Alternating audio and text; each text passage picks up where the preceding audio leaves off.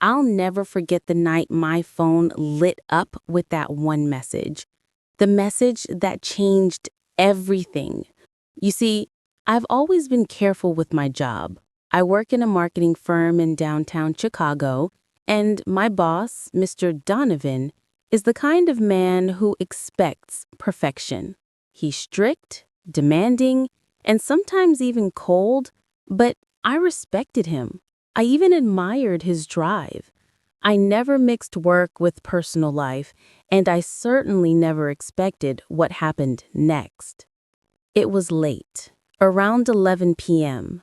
I had just finished washing the dishes when I noticed a new notification. My boss's name on my screen at that hour was already strange. My heart skipped a beat. I thought maybe it was about a deadline or some emergency at work, but when I opened it, I froze. The text wasn't about work at all. It was personal, very personal. At first, I thought maybe he sent it to the wrong person. He wrote, "I keep thinking about what you said today, the way you smiled in that meeting. I can't get it out of my head." My hand started shaking.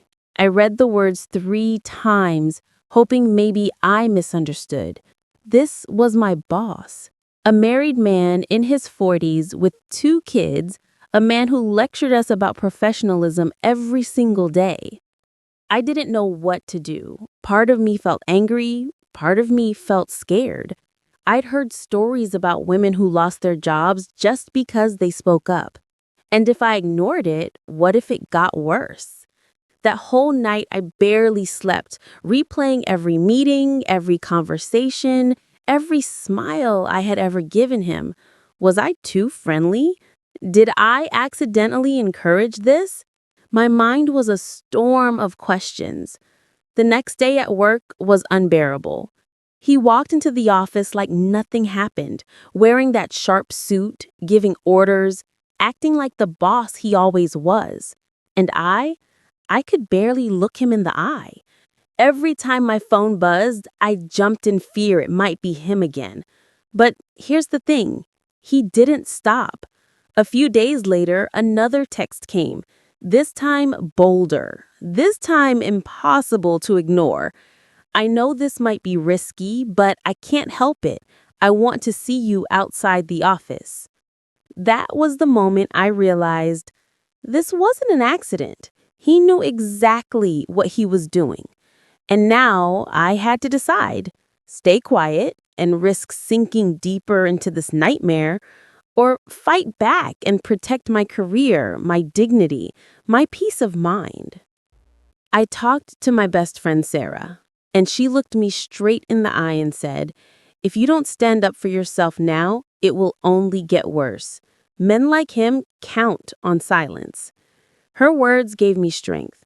I decided to gather proof. Every text, every call, I saved it all. I was terrified, but I knew it was the only way. Then came the hardest part, HR. Walking into that office with my screenshots felt like walking into a fire.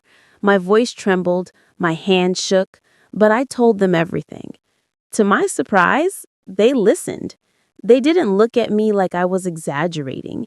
They took it seriously. Within a week, an investigation started and my boss suddenly stopped showing up at work. Rumors spread quickly, people whispered in the hallways, but I stayed quiet. I didn't owe anyone my story. A month later, HR confirmed he was no longer with the company. Just like that, the man who tried to blur the lines of respect and power was gone. But here's what I'll never forget. The relief I felt when I walked into the office that first morning without him there. For the first time in weeks, I could breathe again. I wasn't just an employee anymore. I was a woman who chose her dignity over fear. And if you've ever been in a situation or someone in power tried to use it against you, let me tell you this. Your silence only gives them more power. Speak up, even if your voice shakes, because the moment you decide enough is enough, you take back control of your life.